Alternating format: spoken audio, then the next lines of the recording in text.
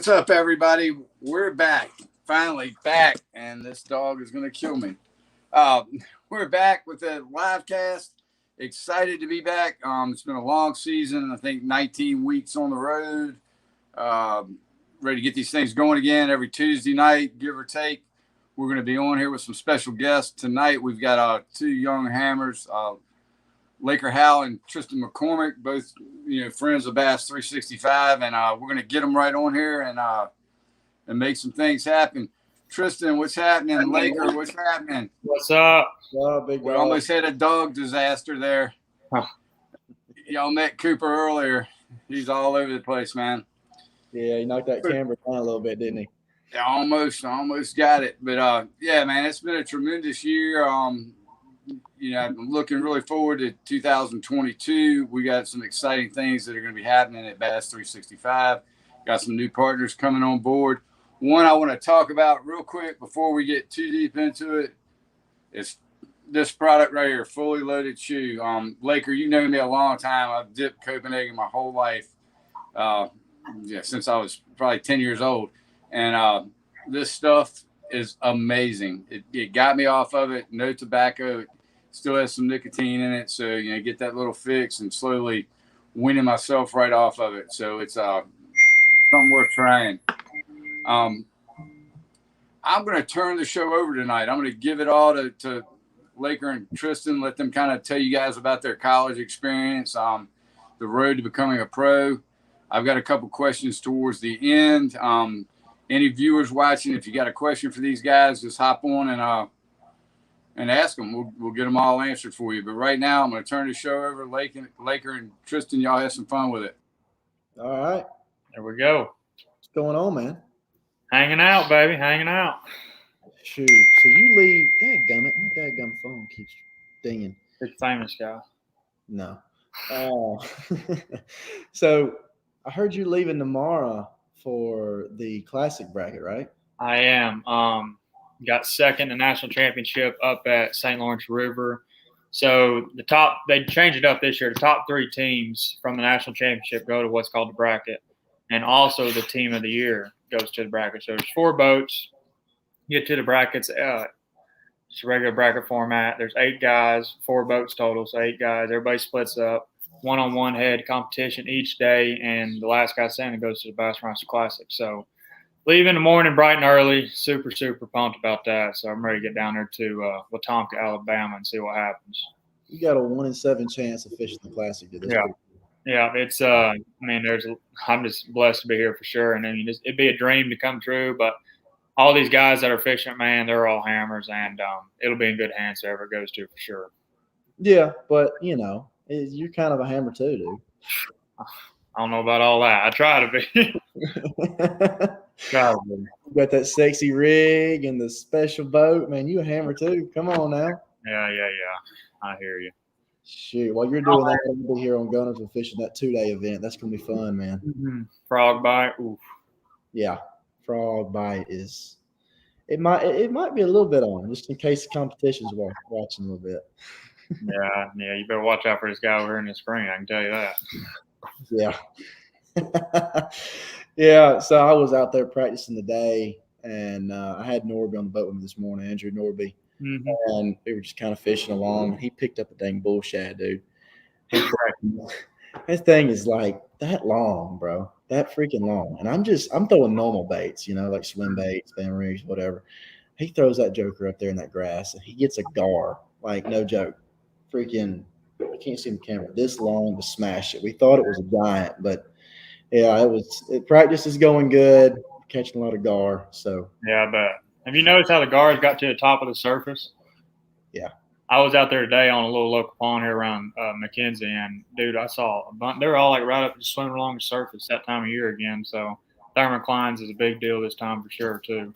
Yeah, for real. Gar everywhere, dude. It's getting on my nerves. But yeah. No doubt. So you're fishing – it's the Bama River, isn't it? Yeah, Alabama River. It's right there in Wetumpka. It's below. Don't take me up on this, but it's below Cooter's Pond, I believe. Oof. So we got from like 5 miles. I think it's south of Cooter's Pond to up towards Wetumpka to fish. So I mean, we're in a little section right there. So we can't fish the whole river, but it'll be fun for sure. Either way it goes. That's gonna be tough. They're giving y'all a single section of the Bama River in the fall. In the fall. Golly, man. In the fall. Like that's gonna be fun, but I kind of feel bad for you a little bit. Yeah, a 2-pound bite is gonna be key there for sure. And you got 1 day of practice. One day. Golly. One Man, day. I assume we've probably got some high school, college age guys. Let's try to talk about a little bit how we practice. So if you got a day of practice, what are you going to be looking for? You don't give away your stuff for that tournament. But Yeah, no. If I, 1 day of practice, my game said I'm not going to fish a lot. I'm just going to look at because we're in a little size box basically, so you can look at everything in a whole day. So that's my plan going into it is go from end to end and look at everything. If I run by a lay down, I'll mark the lay down, flip a lay down, whatever. So but I'm just going to go into it open-mindedly. It's probably going to be a junk fishing tournament, I would say, but just fly by the seat of your pants. And, these 1 day tournaments, you fish, in my opinion, you fish better open-mindedly than you do, like a week of practice on Gunnersville. You know what I'm saying? Like you just try a bunch of new stuff and you produce bites, and that's what I feel like it's going to be like. So we'll see, though. Yeah. Yeah, fishing. It's kind of funny that works, isn't it? You just go on an open mind and just go fishing, you do good. Like in the Toyotas this year, we both fished the Toyotas and stuff. I've had a terrible season. It really wasn't that great.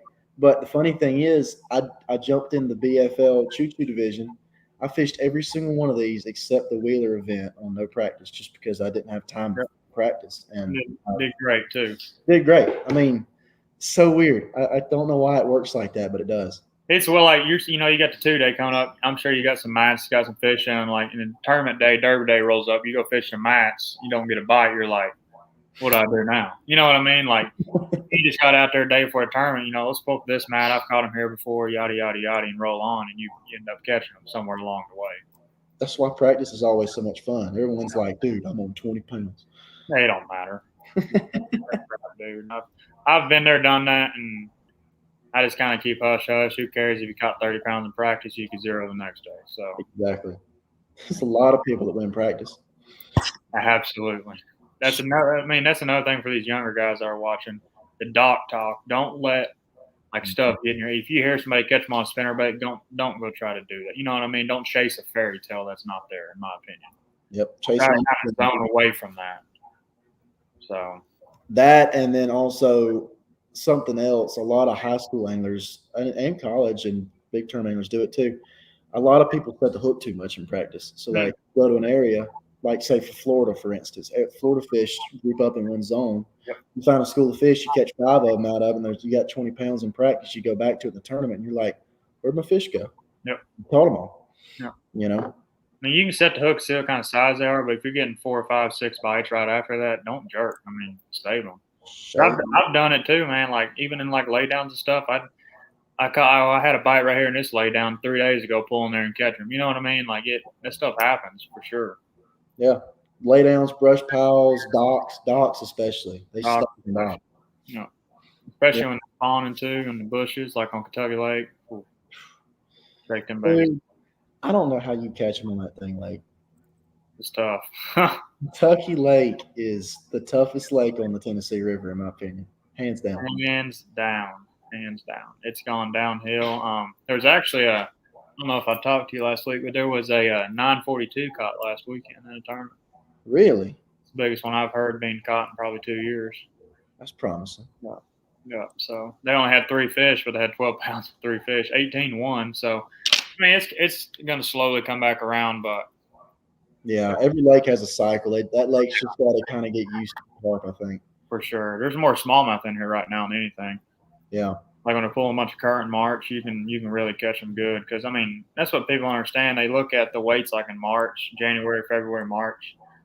The weights are tremendous because they're pulling so much current, and they're all setting every fish in that creek setting at the mouth of it on a current break. So, I mean, it makes it look good.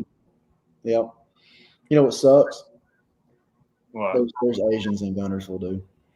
What I heard. They're in Pickwick hard. They're in Gunnersville. Yeah. They're in Pickwick big time, but there was actually one killed at Waterfront 2 nights ago. I don't think, as long as you guys keep the grass, I don't think it'll be an issue. It'll just get annoying, in my opinion, but I could be totally wrong. But Man, it would suck for this lake to turn into what Kentucky Lake did. Man. oh, that's what I'm saying. Lose all the grass. I mean, just imagine Gunnersville no grass. I would cry. Yeah. I'd probably move to the Coosa. Yeah. I wouldn't go that far, but I'd move to St. Lawrence right there. Shoot, St. Lawrence, dude. That's a tournament we had some fun at, man. Yeah, Especially. You had the St. Lawrence and the college event the week before? Yeah, week before. The week before, and then you had the Toyota that we were all in the week after. It was crazy. Yep. I was up in New York for 2 months. When we got to Champlain, what was that, 1st of June, I think it was? Yeah, so this joker right here, he calls me after the Champlain event. He says, I ain't coming home, dude. I said, what do you mean? He said, I'm just going to go camp in my little camper and, just fish for 2 months. I said, you crazy. I'm going home. I'm going to my bed. Nah, I'm getting on them smallmouths, what I said. Dude, you sent me so many pictures of big smallies. I was so jealous. Dude, there is no telling me smallmouth I caught in 2 months up there. I mean, even at Champlain, like, because we didn't have too great of a finish at Champlain, either one of us. And, man, that place, it's different. Like, you'll agree with this. Like, you catch smallmouth on Champlain, I feel like the average fish there is, 2 3/4 to 3 3/4 pound smallmouth. Yep. And they're long. They're freaking 20 inches long. Mm-hmm. And you go to St. Lawrence, you catch a 15-incher, it weighs 3 pounds. And their mouths are a lot smaller at St. Lawrence. I mean, they set up. Well, now there's not as much current on Champlain. Well, there's hardly any on Champlain or St. Lawrence. But no, I stayed up there for I think 2 weeks after that Toyota and kind of got more comfortable with it. 'Cause that's a big body of water, dude. Champlain's huge. Champlain's massive. Yeah. And the weird thing that threw me off about Champlain is, see, I fished the St. Lawrence growing up with my dad a lot. So I'm used to fishing for smallmouth on rocks and boulders and stuff like that. Go to Champlain, they relate to grass. I didn't know that. Yeah. So I get there, I'm looking for rocks and normal stuff, and I'm not getting bit. And then I go to weigh in and start talking to a few guys there, and they're like, yeah, they're in the grass, dude. Yeah, see, I didn't try. I know some guys caught them cranking over top of grass. Like, dude, I had a spinning rod in my hand all the time. I wasn't trying to do, you know what I mean? Like, but that's something I learned too there. You kind of, like I said earlier about that versatile, style fishing, you can really put that into effect there on Champlain. You got to know when to lead the smallmouth to go try to catch largemouth. Mm-hmm. That's something I struggled with. Something I did not do well either. Yeah. So, I mean, further, future notice going back, I'll be a lot more comfortable with it, and you will too, I'm sure. So absolutely. Hindsight's 20/20 always. And I know last time I went in that event thinking Champlain, I can go catch 18 pounds of smallmouth. Shoot. Yeah. And I chased smallmouth all day long, and by the time weigh-in rolls around, I was like, I could have hit that dang marina. Mm-hmm. Took 10 minutes to hit, and you probably got caught 15 pounds of largemouth and got checked. Exactly. Wow. It's different though, dude. I mean, that's another reason why I stayed, because it was more of a learning curve for me, because I've never been up there, and I was just like, I got the opportunity to stay. I might as well, because these northern swings, they're always going to go up there. Always, they're always going to be at Champlain. They're always going to be at St. Lawrence. So why not just go learn it? The more time on the water you spend up there, the better off you are. See, that's smart. See, that's the thing. Like, it doesn't matter what trail you're on, they're always going to go there. Yep. You did that, and then a buddy of mine, what's his dang name? JT Harris. He actually won the Harris Chain event in our deal, and I think it was Harris Chain. Yeah, it's Harris Chain. Well, he goes to the lakes. Thompson, JT Thompkins or whatever. Thompson. Yeah. JT Thompson. Yeah. Yeah. So he'll go to. He's super awesome fisherman. He actually qualified for the elites, I'm not mistaken. But he goes to those places just like you did, and he'll stay at that place for like a month and a half and just learn it, break it down. Yep. That's what you got to do, man. I mean, because that many boats out there, especially St. Lawrence, how long it is. And I mean, like for me at St. Lawrence, I felt like there was sections of the river that you could get a lot of bites in. Yeah, it was. Like Champlain, is more like an area type deal, but like the river, it was like, you had a 10-mile section where you could drift and catch them on every drift. Mm-hmm. And you have a 30-mile section of dead water. I felt like, anyways. I mean, I could be. I went through more than 30-yard sections of dead water. It was ridiculous. Yeah. Because you didn't really run that far, did you? No, I stayed around Waddington because I knew what got released right there at Waddington from that college tournament. You're like, I released 25 pounds here on day one. I know they're here somewhere. I go catch them sap suckers. No, I mean that's I think I'm still even looking back. I would have done nothing different. Man, I got spun out both days really because my freaking co-angler was jacking, and I wasn't catching crap. I Dude, mean, the same drift.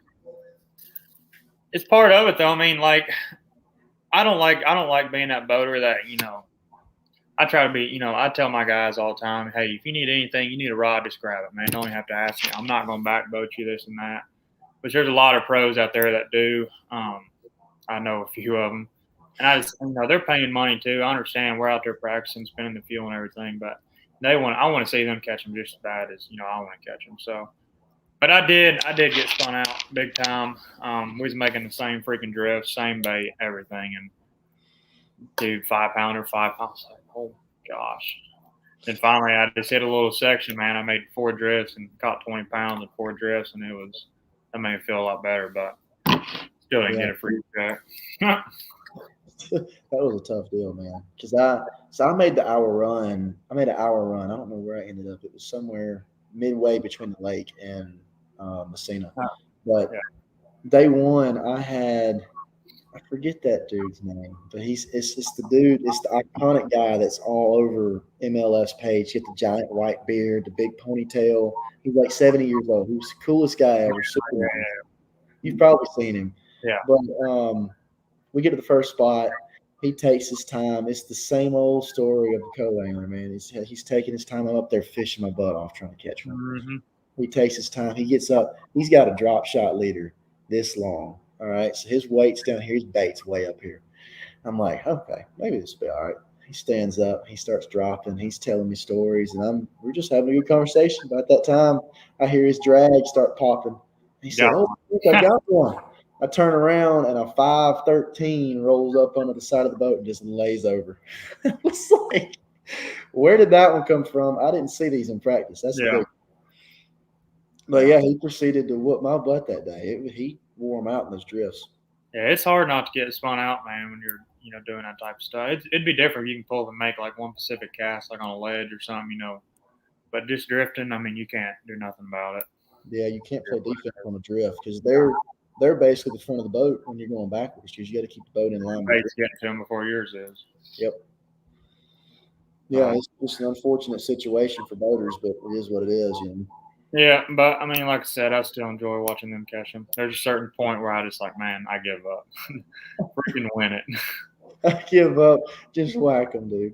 My guy, the first day, he actually made a Paul. Yeah, he made a top 10. That was pretty cool. That was the biggest bag of smallmouth he's ever caught. Did he? Yeah, it was pretty cool to see that. So that's so cool. For sure. Yeah, I've only had. You ever had one win it out of the back of your boat? Mm-mm. I had one guy. He didn't win it out of my boat, but day one he did have a big bag. It was at Lake of the Ozarks. It was the same type deal. It was an older guy, and he was in the back of the boat. And dude had got no joke. This is the craziest story ever. Dude had gotten in a car wreck. Well, he had no feeling in his hands, so like he literally only knew he had a bite when his rod tip bent over. So we're sitting in these marinas fishing, and I'm not even joking. He's in 30 to 60 foot of water where he's casting the Senko. He's just firing a Senko out there. He would catch largemouth after largemouth behind me, and I was catching little ones. He got some big ones. Day 2, he come in with a bag. He said, "I think I just won." Must be nice. No, I was like, "Good job, man." Dang it. Yeah. No, so let's talk about next year. What all you plan on fishing next year? Everyone knows the schedule's already come out for the Toyotas Opens. The Opens hadn't come out yet. They should be coming out next month or so, hopefully.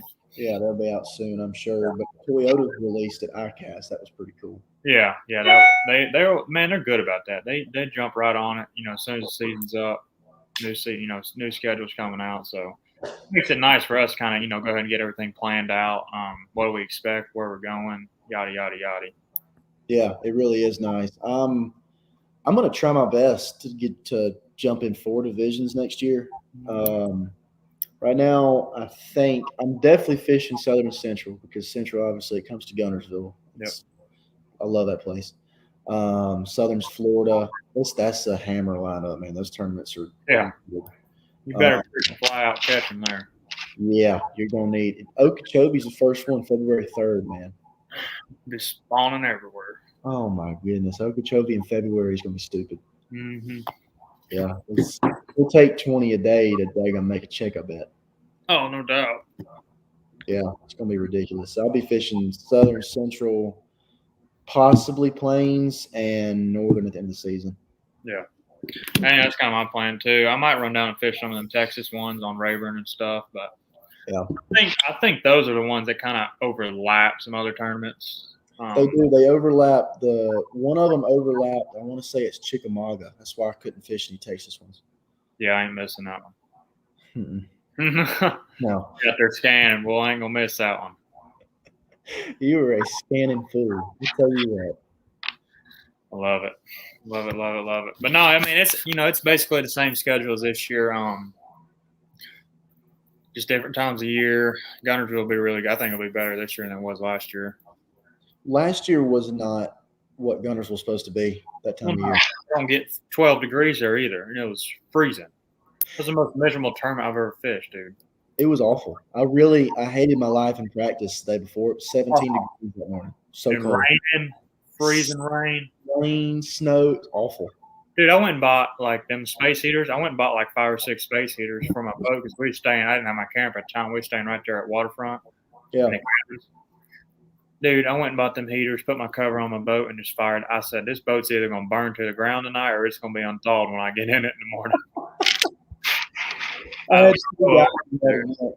Do what? I was so over it. Gosh. Cold weather sucks, man. That's something that people don't understand. Open your live wells, especially if it's going to be cold the night before the tournament, because they're going to be frozen shut the next morning if they're outside. Mm-hmm. Yeah, I had 2 guys come to the shop over here that I'm in, and they had to thaw their boats out in the heat. Yeah. Dakota had to do the same thing. Dakota Eber. Yeah. Yeah, I have a buddy heater, though. In practice, you get them buddy heaters used for hunting, little propane hunter. Mm-hmm. Dude, I had that thing set up. I thought my seat was going to catch on fire a few times. Yep. That's the way to do it. I ain't getting cold. No.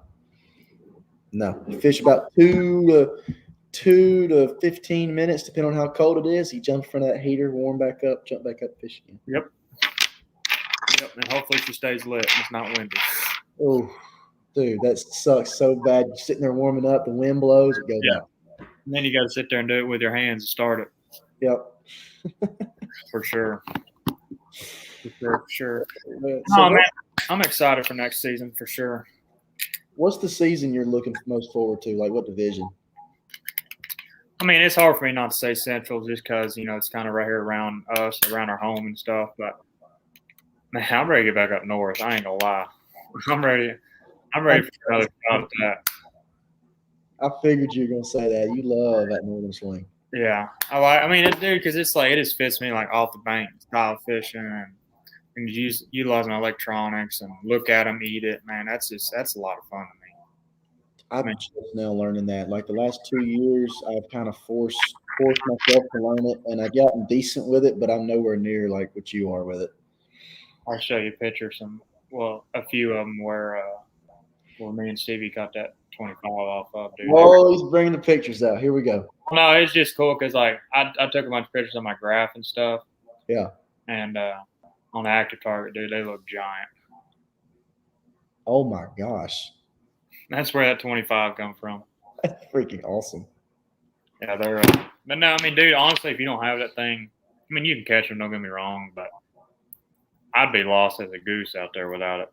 Me too, especially with guiding. So guiding people that like a lot of guide trips, people come and they don't really fish a whole lot. So, I mean, that's reasonable. So they get on the boat with me and they're just asking where to cast. That active target offshore, I can have it on my back screen in my seat. I watch my trolling motor turn left to right, and I'm like, okay, they're towards the left, they're over there. And they'll catch one every time. It's awesome. Absolutely. Yeah, and if everybody don't know, Lakers a hammer on Gunnersville for a guide service. So if anybody wants a guide service, call this man up because he flat out catches them. I was down there not catching crap. Well, I don't even know what time it was. He said, "Hey, this is a speed worm you need to be throwing." He gave me a pack of them. Sure enough, doink doink. Doink doink.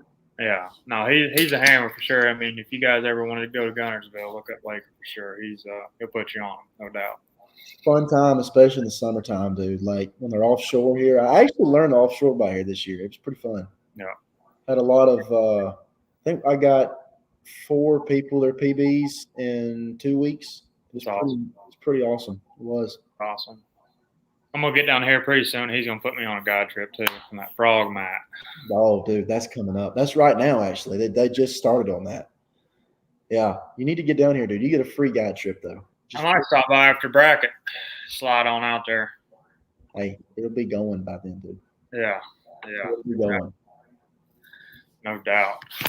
Bring me some candy when you come, and we'll call it even. Bingo. That works. That works. Oh yeah, but guiding's fun and the tournament season's fun. But as far as next season goes, I'm looking to do a little better than this year because the tournaments. I don't really know. I didn't really see how you did in some of the events. I was so pissed off at my own self that I wasn't really paying attention. In the Centrals? Yeah. I finished like 55th place on 2 events fished. Because I got 15th at Chick, and I didn't get to fish Dale because we had a college tournament. You didn't miss anything. Yeah, I'm glad I heard The that. water, it was flooded for the first time in like 100 years, they said, or something stupid. And the slot limit killed everybody. It was smallmouth especially. Oh yeah, smallmouth were ridiculous. That's a really good lake though. A lot of people don't, they don't really hear it, Dale Hollow, but that's where the Tennessee state record was caught out of. Dude, the place is loaded with fish. Like as far as just catching smallmouth, you want to catch smallmouth, go there. Dale Hollow is awesome. Get on in point and throw a spinnerbait, drag a Ned rig, whatever you want to do, you can catch them. Dude. When it's not flooded. They lean on a freaking spinnerbait there. Yeah, that's where the spinnerbait was invented, basically. Lord, they lean on it there, dude. Take the rod out of your hand. Yeah. So as far as next season, kind of for some of the younger guys, how do you really – I'll talk about it after you, but how do you really get your sponsor deals kind of set up for next season? Like as far as when do you start talking to them? If you want to get a new sponsor, how do you approach them? Just stuff, because that's a big question that people ask all the time is about sponsors. Yeah, so before I had this opportunity, so I'm just gonna go ahead and say it right now, or kind of start from right now. I have a manager now, Kazi Angler Management. He's probably watching, and big money over here.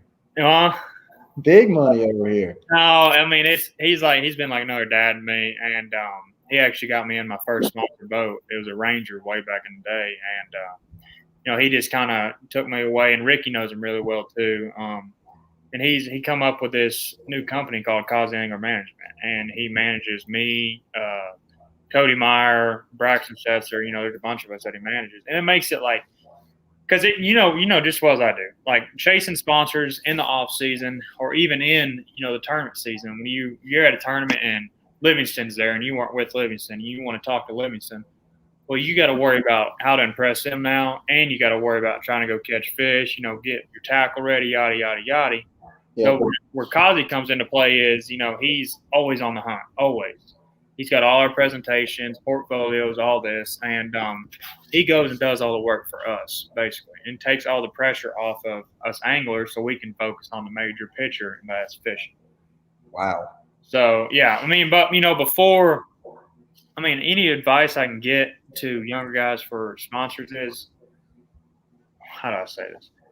Social media is the biggest and most important thing out there, hands down. That's the first thing they're going to ask you. And a lot of these sponsors really don't give a rip about if you finish last place.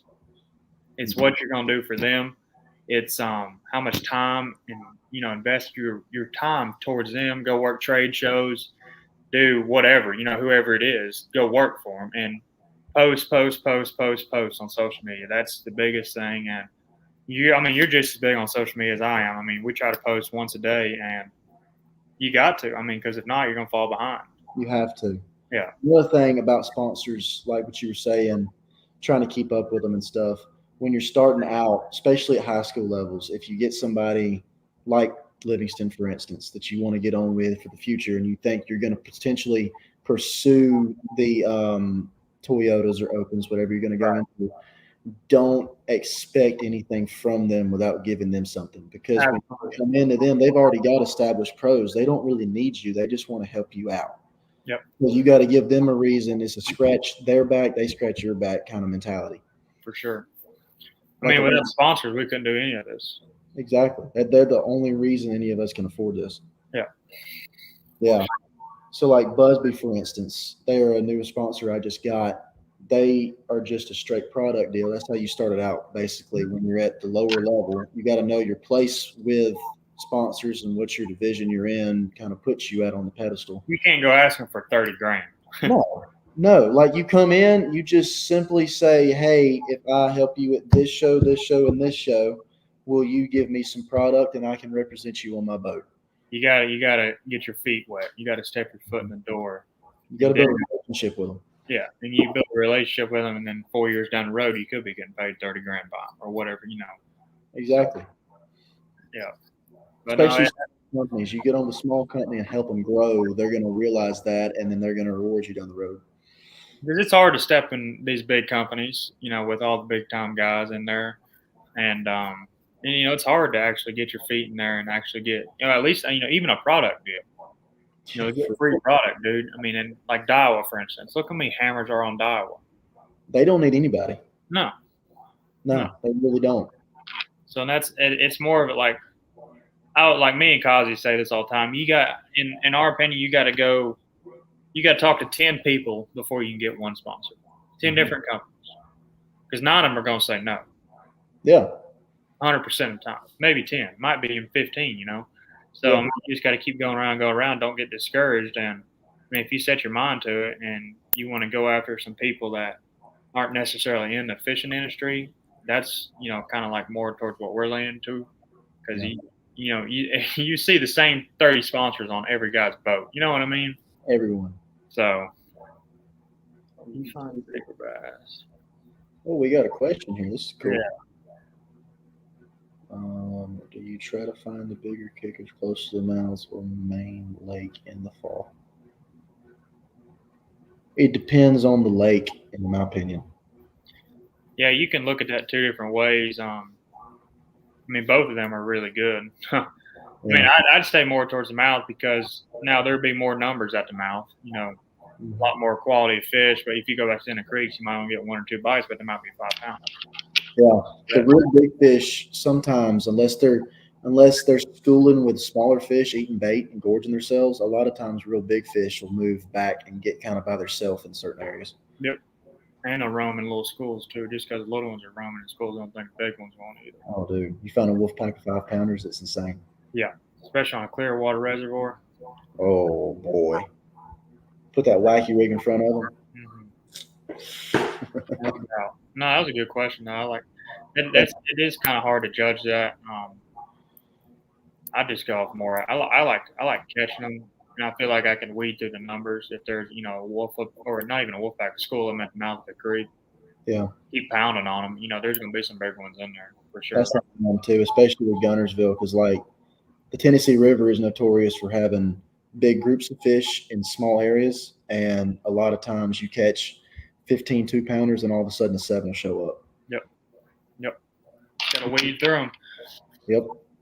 That was a really good question. Yeah, I like that. Yeah. What were we talking about? Going on a rabbit trail.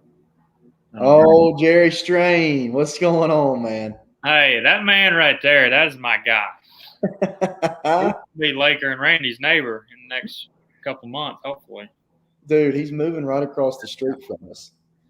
Yeah. So cool. So, Jerry, did he teach you more than he said hello, Laker again? Did he kind of teach you most of your graphing stuff? Was he kind of like a mentor of yours? Oh, yeah. Jerry, I mean, he's been guiding or doing electronic trips for years and years. Yeah.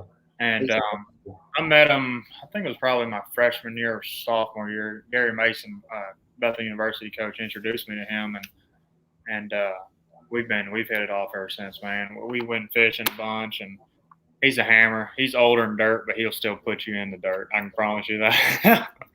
He's laughing right now at me too. I guarantee it. But no, he's awesome, man. Jerry, it's hard to beat. I was actually had a house over in Paris, just sold it, but I was fishing a college tournament on out of Paris Landing. Yeah. And I got back that evening, and my batteries are fried. And I called Jerry. I said, "Hey, can I come use your boat?" He said, "I'll just bring you my batteries out of my boat." So he literally unhooked all his batteries, brought them over to my house, and even like a transducer. I had a transducer go out. I was leaving the next day. He said, "Here it is. I have an extra transducer. Here it is." So, Wow. yeah, he's been a huge help in my life on the fishing side of it for sure. He's a really, really good dude. Love seeing old Jerry. Every time we went to the national championship, he'd come and hang out with us for a little bit and, eat dinner and stuff. He's a cool dude. I love old Jerry. Yeah, he's funny too. I have to get on the water with him when he moves to Guntersville. Huh, you'll laugh. I fished with him a couple times on KY, just messing around. But did he have his butt seats in, his cushion seats? Yeah, he did. Yeah, them suckers were juice, aren't they? Them little foam pads. Dude, you knew about fall asleep in it fishing. Yeah. Couldn't do it. I had to stand up. No doubt. Yeah, I'm excited for him and Jane to move down to Guntersville. I know they've been hunting for the last few months down in Florida, now Guntersville, and I think they'll like it right there at the house, no doubt. He's going to love Guntersville. Yeah. He's going to love it. Dude, this year, especially out here, was insane for offshore stuff. The offshore bite was just – they gobbed up so good this year. It was awesome. Yeah, I got the first swing of it, and then hold on. What we got? Oh, boy. Laker. Yeah. Yeah, that was terrible. Yeah, that hotel was it was interesting. It was an interesting hotel. Did that to me, dude, and I was literally like, "You're disgusting." Why? I would have slept in the back of the truck before I done that. Yeah, that was an interesting ordeal. But hey, sometimes you gotta do what you gotta do when you're on the road like that. Starting out, you ain't got no money. Yeah. And up there at St. Lawrence, there aren't many options to choose from for hotels. No, there's not. No, there's really not. But dude, I just love going up there in general, honestly. Yeah. Where was it at? That's a long story. Next topic. Yeah. Next topic. So, are you wrapping your boat entirely next year, or are you doing just like a straight up sticker like you did this year? I'm gonna wrap my boat, truck, and camper. My boat and truck's gonna be in my brand, and then it'll be done. Well, probably when I get back from the break, I'm gonna go ahead and get the truck and camper wrapped. It's gonna be, the whole thing's gonna be wrapped. But then when tournament season rolls around, I'm gonna take just like how I have it this year and just put the stickers over the wrap itself. You gonna wrap the doggone camper? Yep. I'm gonna egg your camper. Nah. Be a big rolling billboard going down the interstate. Yeah, it is. Yeah, it really is. You got to be careful sometimes with the wrap, dude, because especially me, road rage. I do have a little bit of road rage when I'm trying to get somewhere, especially especially when your name's on the side of it. Yeah, I don't put my social media anywhere on my vehicles. Yeah. Problem is, I can't go over about 75 on my camper, so I'll be in good shape. Yeah, I try to put the cruise control on about 75 and, just cruise. But on the trip coming up, what? Heard a cool trick. I think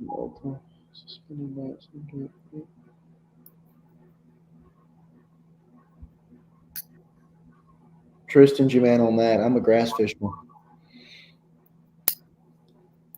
Suspending docks on dirt road. Yes, I know Cody Meyer pretty well. Me and him's grown. About the last 2 years, me and him's come pretty tight, and he does some weird stuff like that, dude. And like that dock fishing with the jerk bait, and he even told me something cool about an A-rig too. And especially on like the Missouri lakes and plains, lakes that got a lot of docks.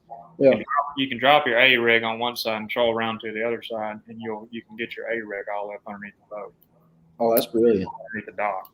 So no, that jerk bait, I'm sure. I mean, I don't know what he was talking about, but I'm sure it works.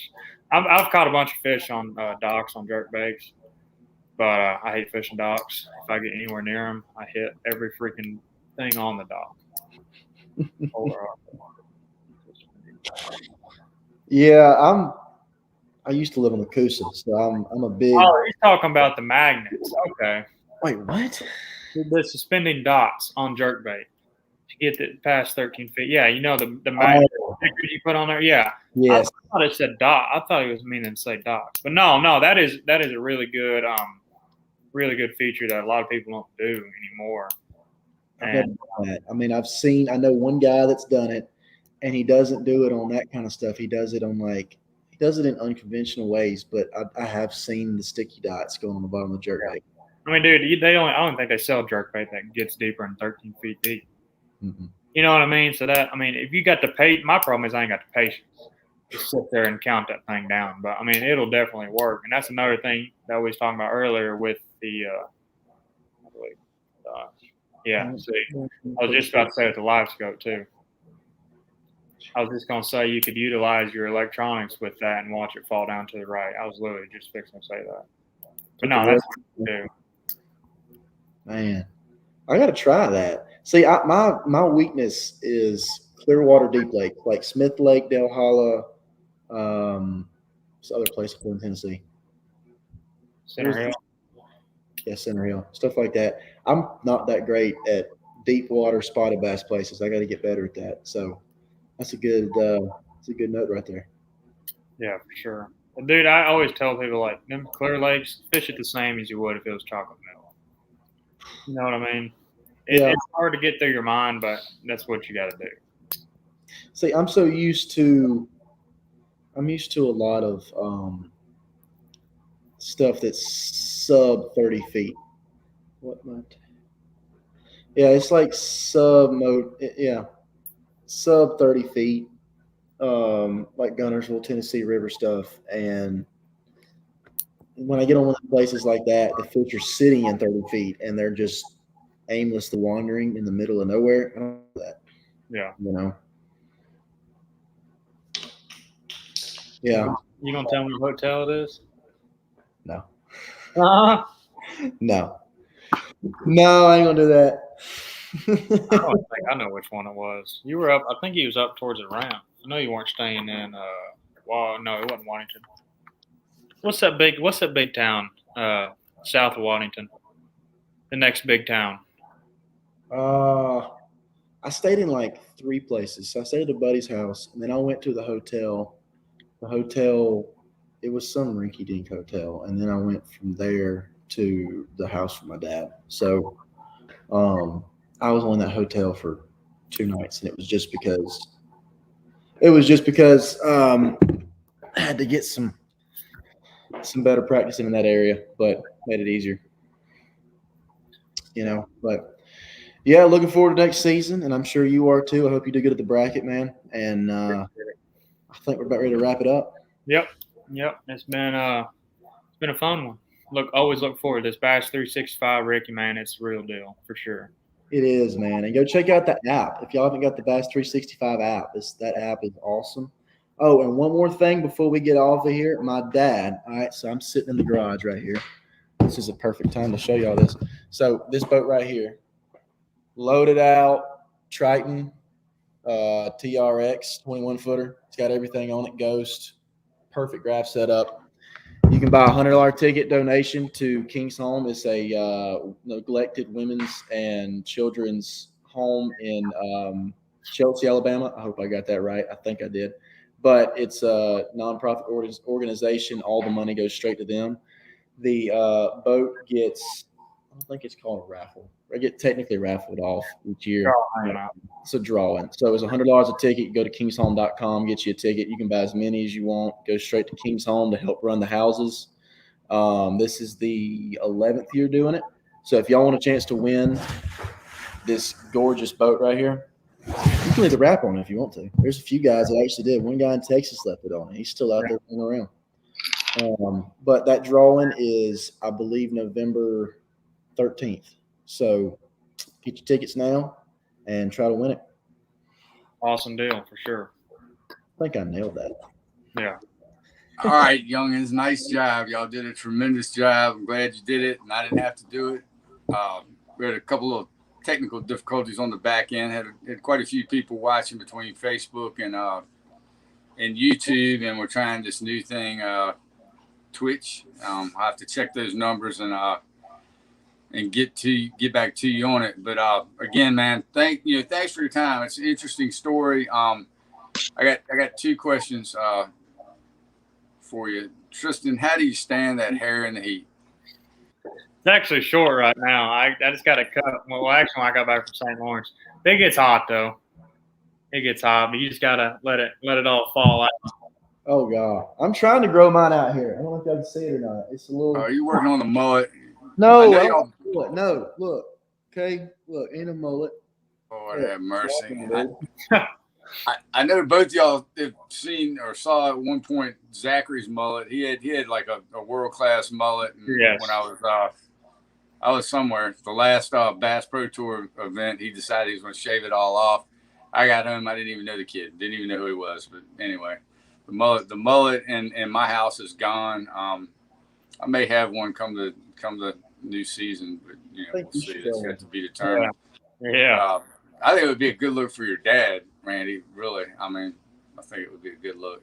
Change it up a little bit, Just put an American flag in the side of his head. That'd be cool. Yeah, Randy's hair is like concrete. His hair never moves. No, never. Out of position, nothing. He wakes up like that. No joke. Yeah. So anyway, again, man, y'all can just let me know whenever you want to do this again. I'm more than happy to have both of you, one of you, however you want to do it. You got an open platform to work with here. We got some great fans that want to learn from you guys. And Laker, we had talked. I may be coming down there in the next week or so. So we may have to go catch a frogfish if that can happen. If you think you can handle it. Oh, I can handle it, brother. All right, I'm gonna go ahead and close this thing down. Again, guys, thanks for joining us. It was awesome to have you back on anytime. All right, guys, that's it. We're back doing the live cast. Pretty excited about the way it went. Again, had a couple little technical difficulties, but again, thanks for joining us, and we'll be back next Tuesday night.